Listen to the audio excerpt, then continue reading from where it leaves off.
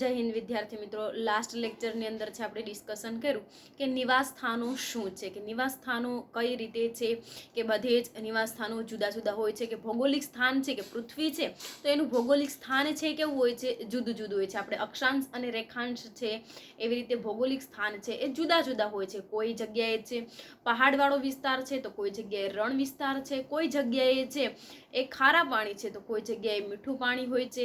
એવી જ રીતે આપણે જોઈએ કે કોઈ જગ્યાએ ખીણ આવેલી હોય છે તો કોઈ જગ્યાએ છે એ ઊંચા ઢોળાંશવાળા વિસ્તારો આવેલા છે.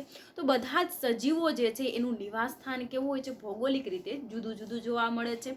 આ ચેપ્ટરની અંદર વસ્તી અને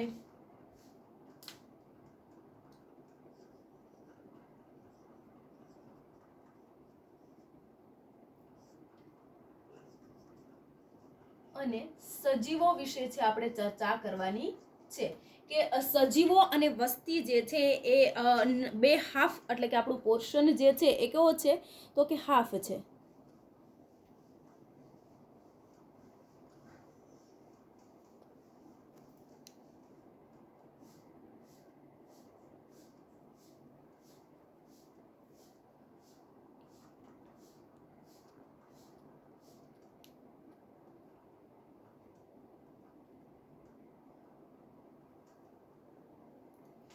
તો વિદ્યાર્થી મિત્રો જોઈએ, સજીવો અને વસ્તી વિશે છે આપણે અભ્યાસ કરવાનો છે. તો કે સજીવો અને વસ્તી જે છે એ ચેપ્ટરની અંદર આપણે ભણવાનું છે. પહેલા સજીવો વિશે અને પછી જોવાનું છે વસ્તી વિશે. તો કે કાલે આપણે જોયા કે સજીવોના નિવાસ સ્થાન છે કેવા હોય છે, જુદા જુદા હોય છે. એના ઉપર છે અજૈવિક પરિબળો પણ શું કરે છે, ભાગ ભજવે છે. તો આજે આપણે એ જ પ્રશ્ન વિશે છે ચર્ચા કરવાની છે કે અજૈવિક પરિબળ કયા કયા છે સજીવો પર અસર કરતા અજૈવિક પરિબળો.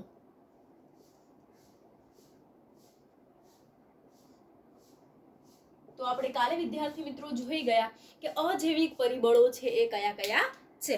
તો આપણે જોઈએ હવે કે અજૈવિક પરિબળો છે આપણે ડિટેલની અંદર છે આજે આપણે અભ્યાસ છે કરવાનો છે. તો અજૈવિક પરિબળની વાત કરીએ તો પહેલું જ જે છે એના ઉપર છે આપણે વાત કરવાની છે તાપમાન. કે તાપમાન છે કેવું છે, એક અજૈવિક પરિબળ છે. તાપમાન છે એક કેવું છે તો કે અજૈવિક પરિબળ છે. તો આપણે અહીંયા તાપમાન વિશે છે અભ્યાસ કરીએ તો કે તાપમાન એ એક અજૈવિક પરિબળ છે, એટલે કે મહત્વનું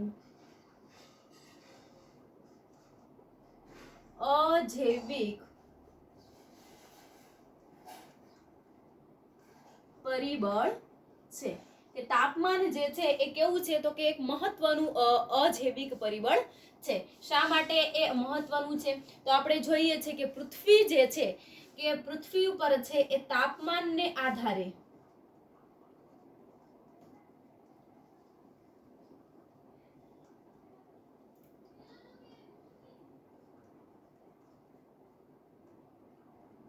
જુદી જુદી ઋતુઓ છે એ ફેરફાર છે એ થાય છે. શું થાય છે તો કે તાપમાનને આધારે આપણે જો જોઈએ તો કે જુદી જુદી ઋતુઓ આપણને જોવા મળે છે. જેમ કે આપણે જોઈએ કે શિયાળો આપણને જોવા મળે છે, ઉનાળો જોવા મળે છે અને ચોમાસું જોવા મળે છે. શિયાળા દરમિયાન તાપમાન કેવું હોય છે તો કે નીચું હોય છે, ઉનાળા દરમિયાન તાપમાન વધારે હોય છે અને પાછું ચોમાસા દરમિયાન છે મધ્યમ તાપમાન જોવા મળે છે. તો આવી રીતે છે આપણે તાપમાન આધારે કે પૃથ્વી ઉપર જોઈએ તો તાપમાન આધારે છે આપણને જુદી જુદી ઋતુઓ છે એ જોવા મળે છે.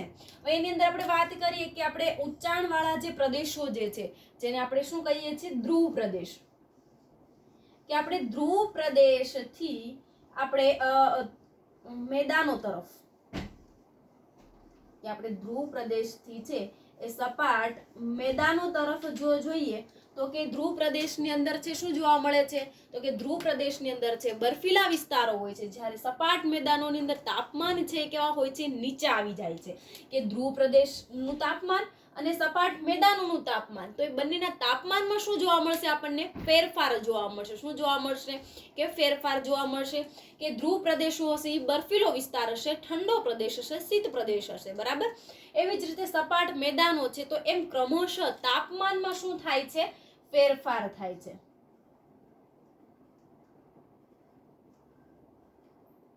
શું થાય છે, તાપમાનમાં છે એ ફેરફાર થાય છે વિદ્યાર્થી મિત્રો કે ધ્રુવ પ્રદેશથી આપણે સપાટ મેદાનો તરફ જો પ્રયાસ કરીએ તો આપણને ફેરફાર છે એ જોવા મળે છે. તો કે આવી રીતે છે આપણે જે તાપમાનનું પરિબળ છે એ ખૂબ જ મહત્વનું પરિબળ છે કે ધ્રુવ પ્રદેશના સપાટ મેદાનો તરફ આપણે જો ગતિ કરીએ એટલે કે ક્રમશઃ ધીમે ધીમે નીચે તરફ જઈએ તો આપણા ભૌગોલિક સ્થાનોની અંદર છે તાપમાનમાં મોટો ફેરફાર છે એ જોવા મળે છે. જેમ કે આપણે જોઈએ કે રણ પ્રદેશના વિસ્તારની અંદર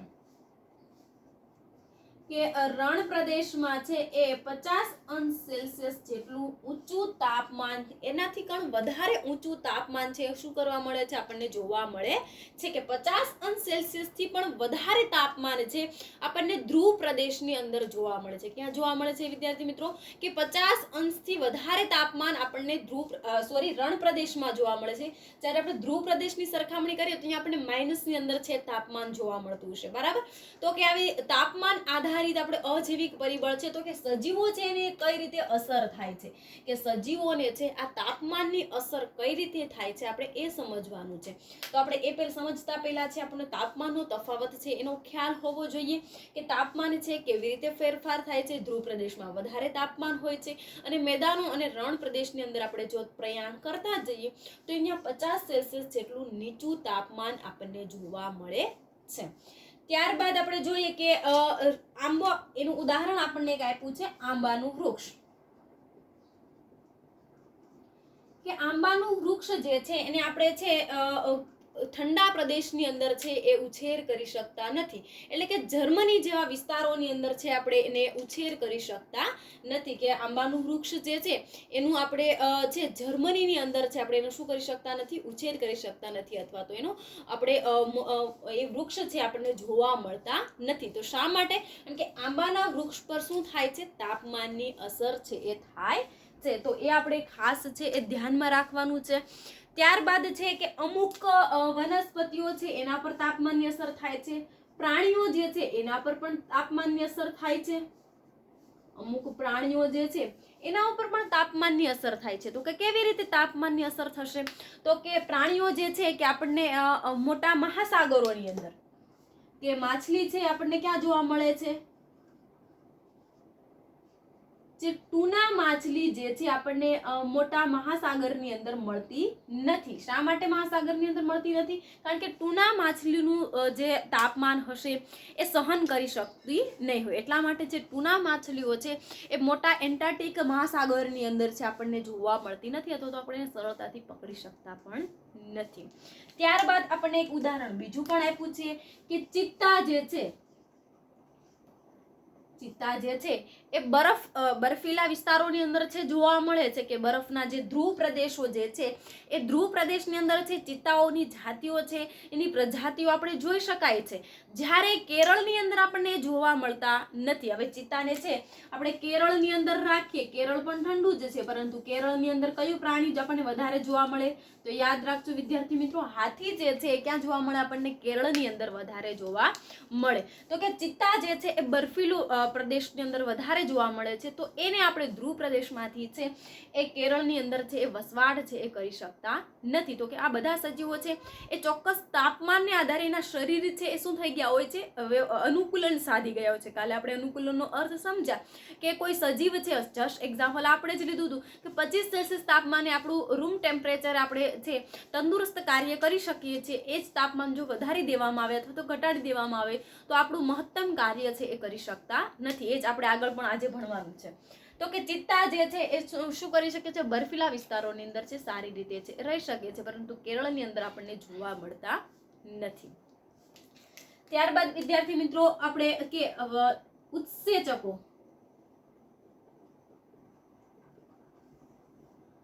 ઉત્સેચકો જે છે એક પ્રકારની ગતિ અસર દર્શાવે છે. કેવી ગતિ અસર દર્શાવે છે? જે આપણે ધોરણ 9મા ચેપ્ટરની અંદર ધોરણ 11ની અંદર ભણી ગયા. તો કે ઉત્સેચકો જે છે એના ઉપર છે આપણને તાપમાનની અસર દર્શાવે છે. શું જોવા મળે છે આપણને? એના ઉપર તાપમાનની અસર દર્શાવાય છે. એટલે કે 40°C તાપમાન જોવા મળે છે. કેવું જોવા મળે છે? 40°C તાપમાન છે આપણને ટેમ્પરેચર છે એ ઉત્સેચકો જોવા મળે છે. આપણા શરીરની અંદર થતી ચયાપચયકો હવે ચયાપચય ક્રિયા એ શું છે આપણે ધોરણ 11 ની અંદર સારી રીતે સમજી ગયા છીએ, બરાબર. ચયાપચય અથવા તો કે આપણી દેહ ધાર્મિક ક્રિયા કરવા માટે આપણને આપણા શરીરની અંદર થતી જે દેહ ધાર્મિક રાસાયણિક ક્રિયાઓ જે છે એ બધી રાસાયણિક ક્રિયાઓ કરવા માટે કોની જવાબદાર છે? આપણને ઉત્સેચકો કે એન્ઝાઇમ જરૂરિયાત છે. પરંતુ જો એ એન્ઝાઇમ જ વિનૈસર્ગીકૃત થઈ જાય, એ એન્ઝાઇમ ડિનેચરેશન પામી જાય એટલે કે નાશ પામી જાય, તો કે આપણા શરીરની અંદર થતી જેટલી દેહ ધાર્મિક ક્રિયાઓ છે અને ચયાપચય ક્રિયાઓ છે એ નિરંતરપણે થશે નહીં. તો એ છે તાપમાન પર અસર છે એ રાખે છે.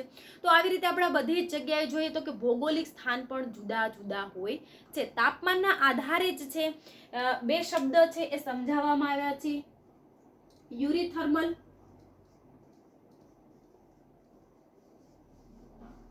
કે યુરીથર્મલ કોને કહેવાય? તો કે મહત્તમ ક્ષેત્ર સમિત.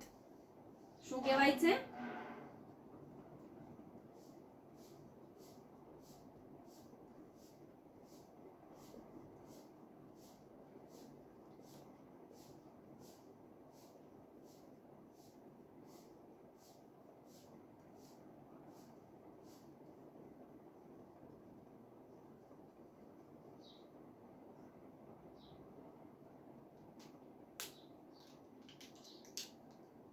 કે યુરીથર્મલ અને સ્ટિગ્મોથર્મલ છે એ કોને કહેવાય છે? તો યુરીથર્મલ એટલે કે મહત્તમ સૌથી વધારે તાપમાન એટલે કે તાપમાનનું સીમિત મહત્તમ ક્ષેત્ર સીમિત તાપમાન સહન કરી શકતા હોય એટલે કે એવા સૂક્ષ્મ જીવાણુ, એવા ઓર્ગેનિઝમ કે એવા સજીવો કે જે તાપમાન સહન કરી શકતા હોય, કે ભૌગોલિક સ્થાને છે કે ગરમ પાણીના જરાની અંદર છે 100°C જેટલું તાપમાન છે, છતાં પણ એમાં આર્કીબેક્ટેરિયા છે વસવાટ કરી શકે છે. તો એ આર્કીબેક્ટેરિયા વસવાટ કરી શકે છે તો એવા બેક્ટેરિયાને કેવા આપણે એવા પ્રાણીઓને કેવા કહેશું? યુરીથર્મલ કહેશું. કેવા પ્રાણીઓ કહેશું? યુરીથર્મલ પ્રાણીઓ કહેશું. અને બીજું કે સ્ટિગ્મોથર્મલ, જે મહત્તમ તાપમાન સુધી જ છે એ શું જોવા મળે છે આપણને? એનું તાપમાનની ક્ષેત્ર છે એ સીમિત જોવા મળે છે. અહીંયા છે એનું કોઈ સીમિત તાપમાન હોતું નથી, એટલે કે વધારેમાં વધારે આપણને એમાં તાપમાન છે શું થઈ શકતા હોય?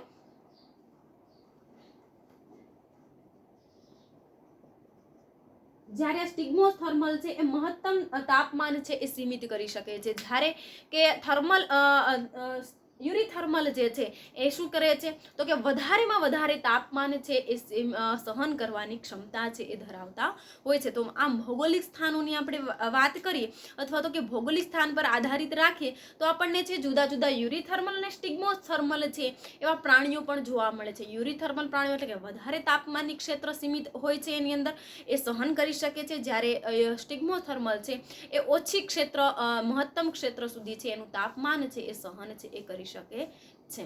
તો એ બંનેનો તફાવત આપણને ખ્યાલ હોવો જોઈએ. ત્યારબાદ આપણે જોઈએ કે આ તાપમાન જે છે આપણે જેમ કીધું કે ઘણા બધા પ્રાણીઓનું શું થઈ જાય છે? અનુકૂલન છે એ સધાઈ જાય છે. તો એ તાપમાન સહન કરવાની ક્ષમતા પણ એ પ્રાણીઓ છે એ જુદા જુદા પ્રાણીઓ અનુકૂલન દ્વારા છે એ સાધી શકે છે. તો આટલા મહત્વના પોઈન્ટ જે છે એ તાપમાન આધારિત છે એ લખવાના છે. ત્યાર પછી આપણે વાત કરી કે ચર્ચા કરીએ તો પછીનો ટોપિક જે છે કે પછીનો જે આપણો પોઈન્ટ જે છે કે પાણી. મહત્વનું પરિબળ શું છે? પાણી. તો કે પાણી પણ છે એક પ્રકારનું શું છે? તો કે અજૈવિક પરિબળ છે. આપણે કાલે જોયું હતું તાપમાન છે, પાણી છે, ભૂમિ છે અને પ્રકાશ છે. એ ચારે ચાર કેવા પરિબળો છે? અજૈવિક પરિબળો છે. ચારે ચાર કેવા પરિબળો છે? અજૈવિક પરિબળો છે. આપણે જોયું કે તાપમાન છે કેવી રીતે અસર કરે છે પ્રાણીઓ પર, કે ચિત્તો છે તો એ ક્યાં રહી શકે છે, વૃક્ષ છે તો ક્યાં ઉગી શકે છે, બેક્ટેરિયા છે તો એનો વિકાસ અને વૃદ્ધિ ક્યાં થાય છે, ઉત્સેચકો છે તો એની અંદર ચયાપચય ક્રિયાઓ અને રાસાયણિક પ્રક્રિયાઓ કેવી રીતે કાર્ય કરે છે. તો એ બધા સાથે તાપમાન છે એ સંકળાયેલું છે. તો એવી જ રીતે આપણે બીજો આપણો પોઈન્ટ જોઈએ કે પાણી. તો પાણી પણ છે એ પૃથ્વી ઉપર અત્યંત મહત્વનું ભૌતિક પરિબળ અજૈવિક પરિબળ છે. ખૂબ જ મહત્વનું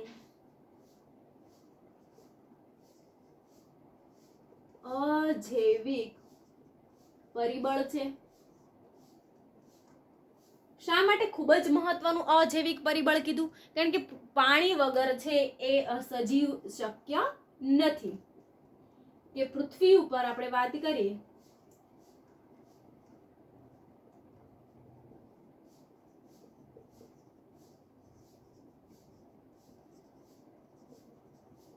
કે પૃથ્વી પૃથ્વી ઉપર વાત કરીએ કે પૃથ્વી ઉપર છે પાણી વગર જીવન શક્ય નથી, અથવા તો આપણે વાત કરીએ કે ઘણા વર્ષો પહેલા એટલે કે જ્યારે ઉત્પત્તિ થઈ હશે, ક્યારે, તો કે જ્યારે આ પૃથ્વીની ઉત્પત્તિ સમયે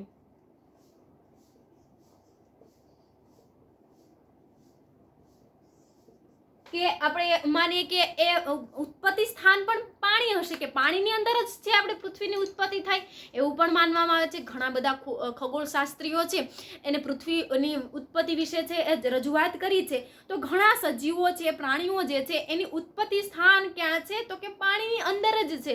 તો પાણી એક કેવું છે, મહત્વનું અજૈવિક પરિબળ છે જેના વગર જીવન છે એ શક્ય નથી. અને પાણીની ઉત્પત્તિ સ્થાન પણ એવું માનવામાં આવે છે કે ઘણા વનસ્પતિઓ અને ઘણા પ્રાણીઓનું ઉત્પત્તિ સ્થાન છે એ કયું છે, તો કે પાણી છે. હવે પાણી છે તો એ તો આપણને જોવા મળે છે નદીઓમાં, સરોવરો, ઝરણા, આ બધા ભાગની અંદર છે આપણને પાણી જોવા મળે છે. કે નદી છે, સરોવર છે, ઝરણાઓ છે એની અંદર છે પાણી જોવા મળે છે. પરંતુ ખૂબ જ મહત્વનો અહીંયા આપણો પ્રશ્ન પોઈન્ટ છે એ સમજો કે પાણી છે એના રાસાયણિક સંગઠનથી અલગ પડે છે. શાનાથી અલગ પડે છે?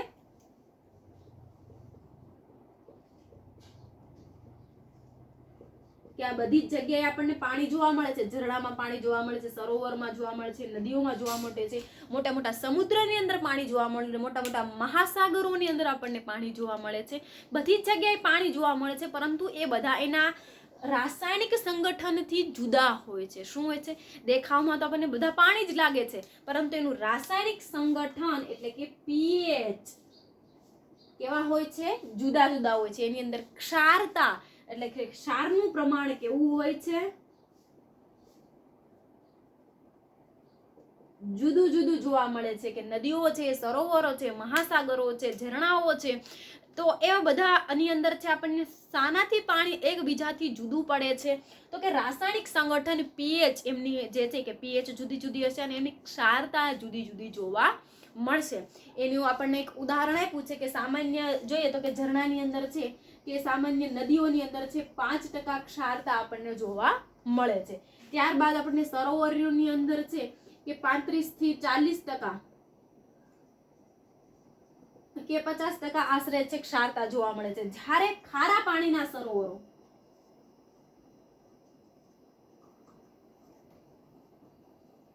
કે ખારા પાણીના સરોવરની અંદર તો આપણને 100% શું જોવા મળે છે? ક્ષારનું પ્રમાણ જોવા મળે છે. શું જોવા મળે છે?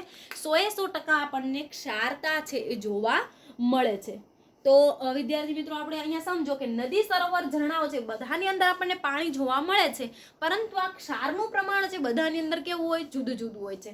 તો કે 5% પાણી છે, 5% જે છે એ શું હોય છે? તો કે નદી અથવા તો સરોવરની અંદર પાણી જોવા મળશે. 35 થી 40% છે એ સરોવરની અંદર આપણને ક્ષારતાનું પ્રમાણ જોવા મળે છે. અને ખારા પાણીના સરોવરની અંદર છે 100% ક્ષારતા જોવા મળે છે. તો કે શું આ બધાની અંદર છે સજીવો વસવાટ કરે છે? તો કે હા. તો આપણે સમજીએ કે નદી, સરોવર, ઝરણા, ખારા પાણીઓ છે. તો કે ખારા પાણીની માછલી જે છે એ ઝરણાની અંદર છે વસવાટ કરી શકતી નથી. બરાબર? એ જ સરોવરની માછલી છે એ નદીઓની અંદર વસવાટ કરી શકતી નથી, અથવા તો એ પ્રાણીઓ જે છે એ વનસ્પતિઓ છે ત્યાં વસવાટ કરી શકતા નથી. શા માટે?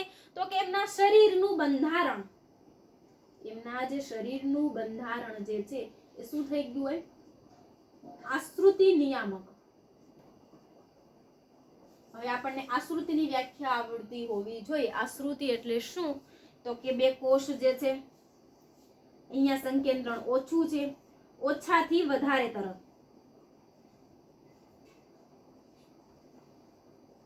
કે ઓછાથી વધારે તરફ જે અણુઓ છે વહન થાય છે અને એની વચ્ચે પારગમ્ય પટલ આવેલું હોય છે જેને આપણે આશ્રુતિ કહીએ છીએ. તો કે એમના શરીર જે છે એનું કોષનું બંધારણ છે કેવું થઈ ગયું? આશ્રુતિ નિયામક થઈ ગયું હોય. એટલે તમે 100% જે ખારા પાણી એટલે કે ક્ષારનું પ્રમાણ વધારે હોય એની અંદર છે જે સજીવો વિકાસ થાય છે એને એને આપણે ઉપાડીને અહીંયા છે કે નદીઓની અંદર જો એને દાખલ કરી દઈએ તો એ સજીવો છે એ જીવંત રહી શકશે નહીં. એવી જ રીતે છે કે નદીઓની અંદર વસતા જે પ્રાણીઓ છે એ તમે ખારા પાણીની અંદર જો એનો વસવાટ કરાવો તો એ પ્રાણીઓ છે એ જીવન છે એનું જીવન ચક્ર છે ચલાવી શકશે ને અથવા તો વૃદ્ધિ થશે નહીં. તો કે શા માટે? તો કે એવું શા માટે થાય છે? તો કે એનું શરીર છે એક પ્રકારનું આશ્રુતિ નિયામક બની જાય છે. શું થઈ જાય છે?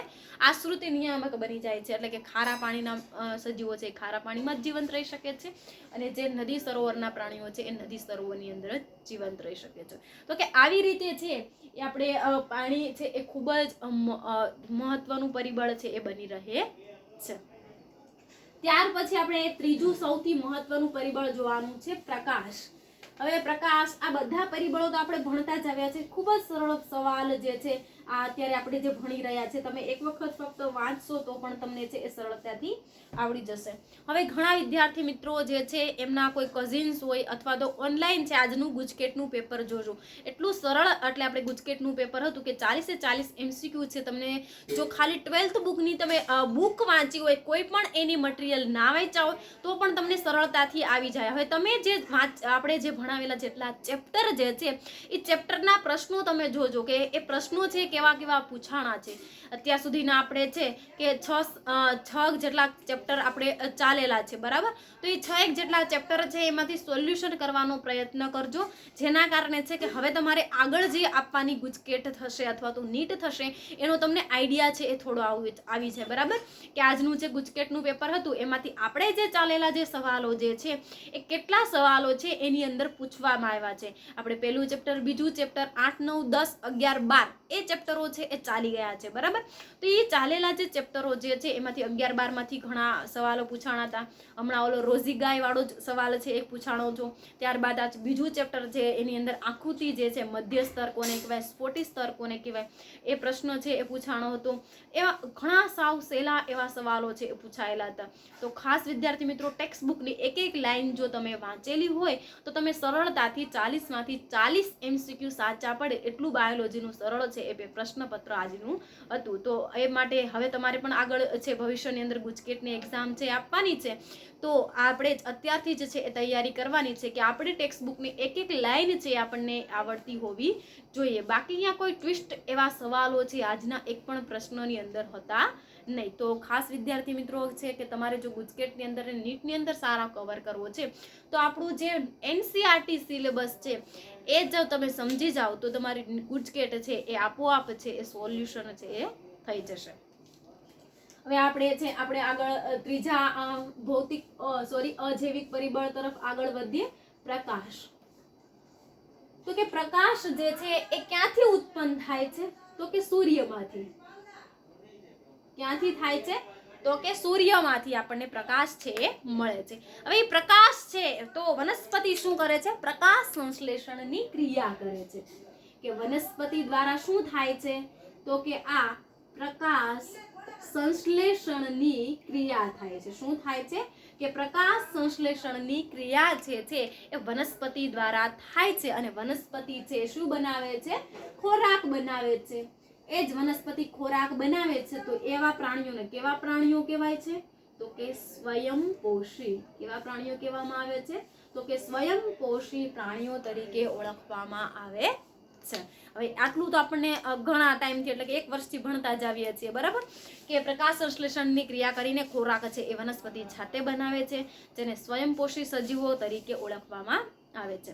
હવે એવું નથી કે ખાલી વનસ્પતિઓ છે પ્રકાશ સંશ્લેષણ એટલે કે દિવસ દરમિયાન શું કરી શકે છે? પ્રકાશ સંશ્લેષણની ક્રિયા કરી શકે છે. પરંતુ એવા જો ઘટાદાર વૃક્ષો, ઘટાદાર જંગલો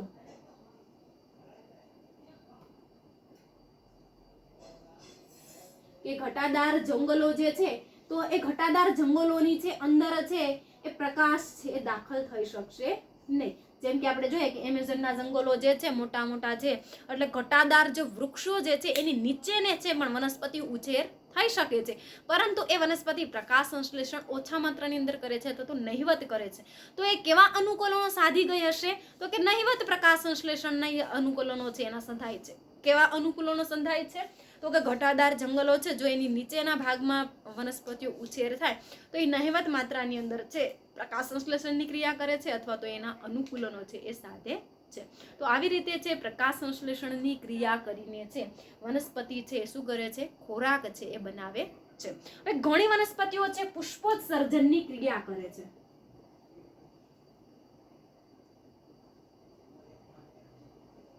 હવે આ આપણે ભણી જ ગયા છીએ, આખું વનસ્પતિ ઉપર આધારિત પ્રશ્ન છે.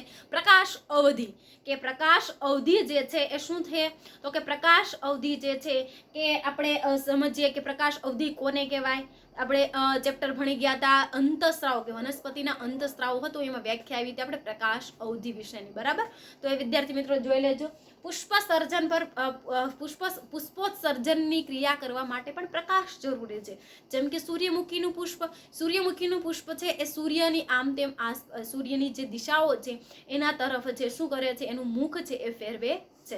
જ્યારે જે પ્રકાશ જ એ પુષ્પ ઉપર પડે છે ત્યારે જ સરસ મજાના પુષ્પની કળી છે એ શું કરે છે, ખીલી ઉઠે છે. તો પુષ્પસર્જન માટે પણ શું જવાબદાર છે, પ્રકાશ છે એ જવાબદાર છે. હવે આપણે ઘણા વર્ષો પહેલા એટલે કે આદિમાનવની વાત કરીએ તો કે ઘણા સજીવો છે એ અથવા તો હાલની અંદર પણ વાત કરીએ તો કે પક્ષીઓ, કે પક્ષીઓ ઉપર છે એ પ્રકાશની બહુ જ વધારે પડતી અસર જોવા મળે છે. કે જેવો સવારે સૂર્યોદય થાય અને પક્ષીઓ છે એ શું કરે છે, કલરવ કરે છે અને ખોરાકની શોધમાં નીકળી જાય છે. ક્યાં નીકળી જાય છે, તો કે ખોરાકની શોધમાં એ નીકળી જાય છે. તો એ પ્રકાશને આધારે થાય છે. શાને આધારે થાય છે, તો કે પ્રકાશને આધારે થાય છે. ઘણા સજીવો એવા છે કે પ્રકાશને આધારે છે એ પ્રજનનની ક્રિયા કરતા હોય છે. હવે એ પણ આપણને ખ્યાલ છે કયું ઉદાહરણ છે એમાં આવે છે પ્રકાશ અસર કરતા હોય, તો કે મરઘી જે છે એ પ્રકાશની આવૃત્તિ તીવ્રતા પર છે એ અસરગ્રસ્ત છે એ થાય છે. ત્યારબાદ છે કે ઘણા વ્યક્તિઓ છે એ સ્થળાંતરણ કરતા હોય છે પ્રકાશની તીવ્રતાને આધારે. પ્રકાશની તીવ્રતાને આધારે છે એ સજીવો છે એ ખોરાકની શોધખોળમાં નીકળી જાય છે. જેમ કે સવારે સૂર્યોદય થાય અને પક્ષીઓ કલરવ કરીને પોતાના ઘોંસલામાંથી એટલે કે માળામાંથી છે એ ખોરાકની શોધ કરવા નીકળી જાય છે. એમ જ કે ગાય ભેંસ જે છે એ ચરવા ગયેલી જે છે એ સાંજ સુધીમાં છે એટલે કે પ્રકાશને આધારે જ છે એ નક્કી કરે છે કે હવે સાંજનો સમય છે અથવા તો કે સૂર્યાસ્ત સમય છે, બરાબર. તો એ પોતે આપમેળે છે ઘરે આવી જાય છે.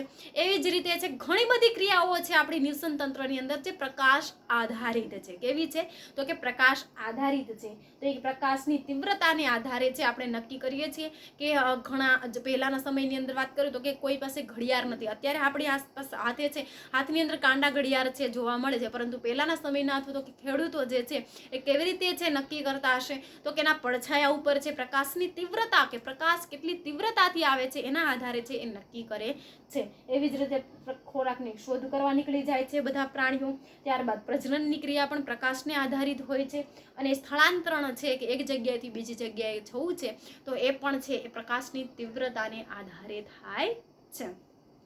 હવે પ્રકાશ તો ખાલી સપાટી પર જોવા મળે છે આપણને. ક્યાં જોવા મળે છે, પૃથ્વીની સપાટી પર. પણ સપાટીથી 500 મીટર જેટલા નીચે જઈએ એટલે શું, તો કે સમુદ્ર, કે સમુદ્રના સપાટીના 500 મીટરથી નીચે જઈએ તો અહીંયા શું જોવા મળે છે આપણને, અંધકાર છે જોવા મળે છે. તો એ વનસ્પતિ અને એ પ્રાણીઓને તો ખ્યાલ જ નથી કે પૃથ્વી ઉપર કોઈ સૂર્ય નામની શક્તિ આવેલી છે, સૂર્ય આવેલો છે જે ઉર્જા મુક્ત કરે છે. શું કહેવા માંગુ છું કે આપણે જો સપાટી ઉપર છે આપણને સૂર્ય છે એ ખ્યાલ છે, પરંતુ આપણે સમુદ્રની અંદર છે 500 મીટર જેટલા જો નીચે જઈએ અને એ વનસ્પતિ અને એ પ્રાણીઓને કોઈ પણ આ સૂર્ય શક્તિ વિશે, એ સૌર્ય ઉર્જા વિશે ખ્યાલ નથી. એટલે કે સૌર્ય ઉર્જા શું છે એ લોકોને એ ખ્યાલ જ હોતો નથી.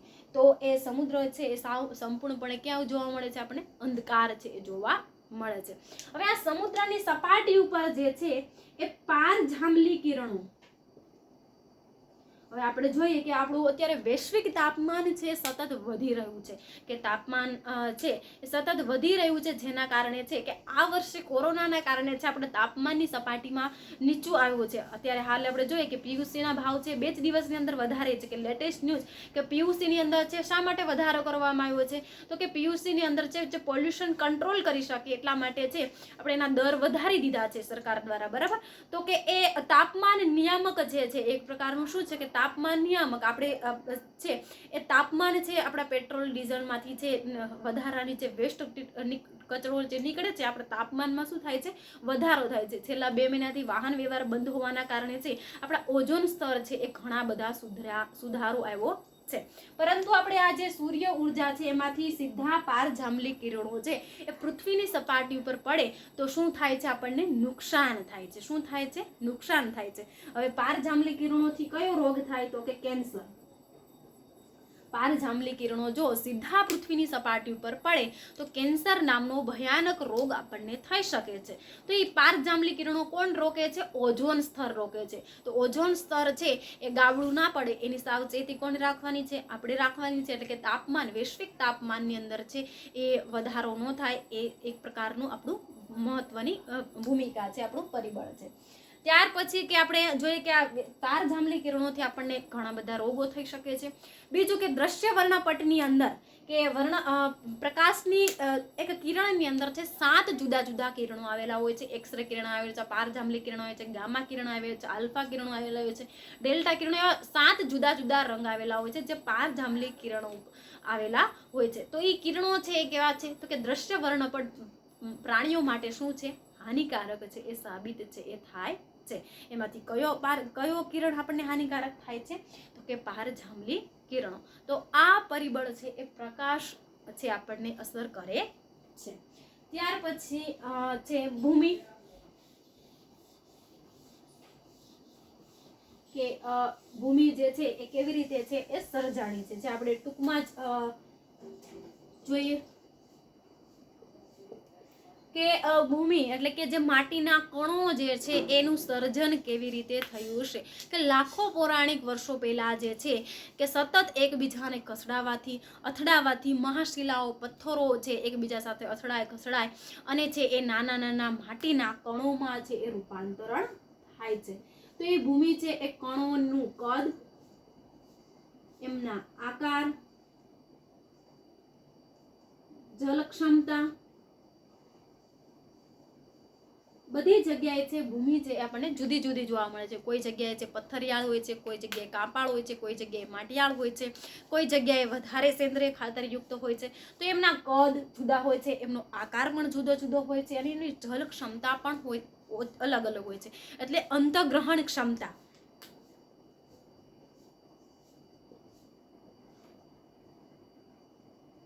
કે અંતગ્રહણ ક્ષમતા એટલે તો કે અંતગ્રહણ ક્ષમતા એટલે કે આપણે પાણીનું જે નિતાર, કે કાપાળ જમીન હોય અને માટીયાળ જમીન હોય અને રેતાળ જમીન હોય તો બધાની નિતાર શક્તિ કેવી હોય છે?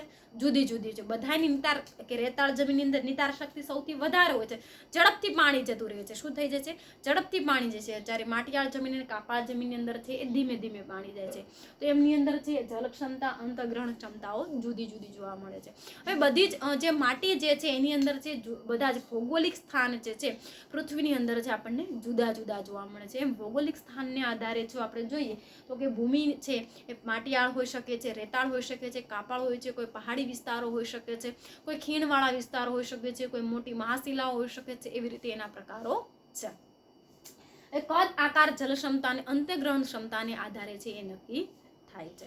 બીજું કે એની અંદર છે આપણને એના પીએચ કેટલી હોય છે. કોઈ આપણે જો સારો પાક ઉત્પન્ન કરવો હોય તો એની અંદર છે આપણે વિશિષ્ટ ખાતર અને સેન્દ્રિય ખાતર છે એ ઉછેર કરવા પડે છે. તો આ 4 છે આપણે શું જોયા કે આપણે ભૌગોલિક અજૈવિક પરિબળો છે એ જોયા કે સજીવો ઉપર અજૈવિક પરિબળો છે એ કેવી રીતે છે એ ભૂમિકા ભજવે છે. હવે આપણે એક પછીના ટોપિક લેક્ચરની અંદર છે ડિસ્કશન કરીશું કે આજે ભૂમિ, પ્રકાશ, તાપમાન અને પાણી એ ચાર છે શું છે મહત્વના પરિબળો છે. કેવા છે? અજૈવિક પરિબળો છે. કદાચ એકાદો પરિબળ છે 2 માર્ક્સની અંદર પૂછાઈ શકે. જો કે એટલો ઇમ્પોર્ટન્ટ આ સવાલ નથી, પરંતુ હવે પછીનું જે વસ્તીવાળો જે આપણો જે ટોપિક છે ત્યાંથી ખૂબ જ મહત્વના પ્રશ્નો આપણા છે એ શરૂ થશે. ખૂબ જ સરળ આજનો ટોપિક છે. 1-2 વખત વાંચશો ત્યાં સમજાઈ જશે. ફરીવાર કહું છું વિદ્યાર્થી મિત્રો, આજનું જે ગુજકેટનું પેપર છે એક વખત સોલ્યુશન કરવાનો પ્રયત્ન કરજો. જય હિન્દ.